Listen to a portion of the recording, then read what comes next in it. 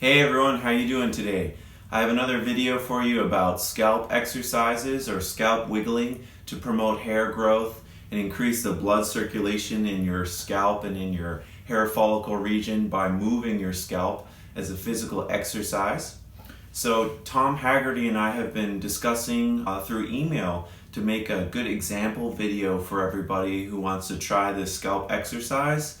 I have a pretty good control of my scalp muscles and tendons, so I'm going to try and give you a good, clear example that you can practice at home to increase the blood circulation in your scalp and make a healthier environment for your hair to grow. So first of all, I want to describe the different regions of the scalp that you'll be targeting during this exercise. So first of all, you have the frontalis, which is a muscle in the forehead. You can see I'm going to contract it right now. Okay, so if you can move that a little bit, that's a good start. You'll be able to move it more and more as you get better. And then you have the Galea, which is a long flat tendon on the top of the head full of subcutaneous fats and tissue. And you're also going to be contracting that, as you can see here. I'm moving it slightly. Okay, so that's another region you really want to be able to control during this exercise to bring more blood circulation. And the last region is called the occipitalis, and that's in the back of the head. And you're going to be contracting this area as well as those other three ones I mentioned.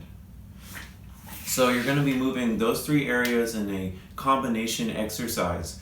And the last thing you do not want to do is contract this region of your scalp head, which is called the serous.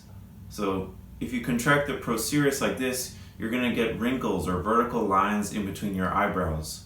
So that's something you want to avoid. So I'm going to demonstrate now. I'm going to contract the frontalis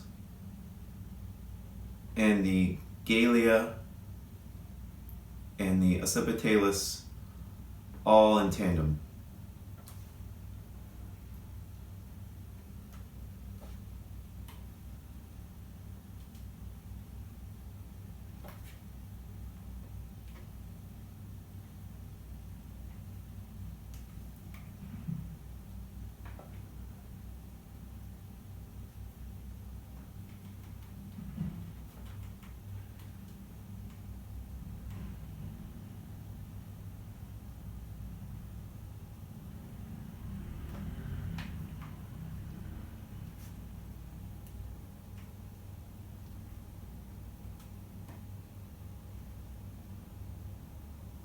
Okay, so I'm trying not to contract the serous. Sometimes it's a little bit difficult. So you want to contract this area, like in this sort of movement, without scrunching up the region in between your eyebrows. So just like that. And try and contract the frontalis a bit quick and contract the occipitalis in a longer motion. So I'll demonstrate one more time. The occipitalis.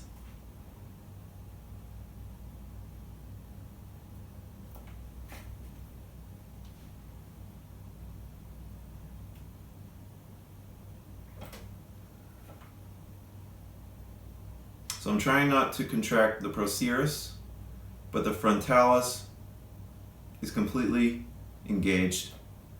The Galea is also moving, and the occipitalis is very much engaged.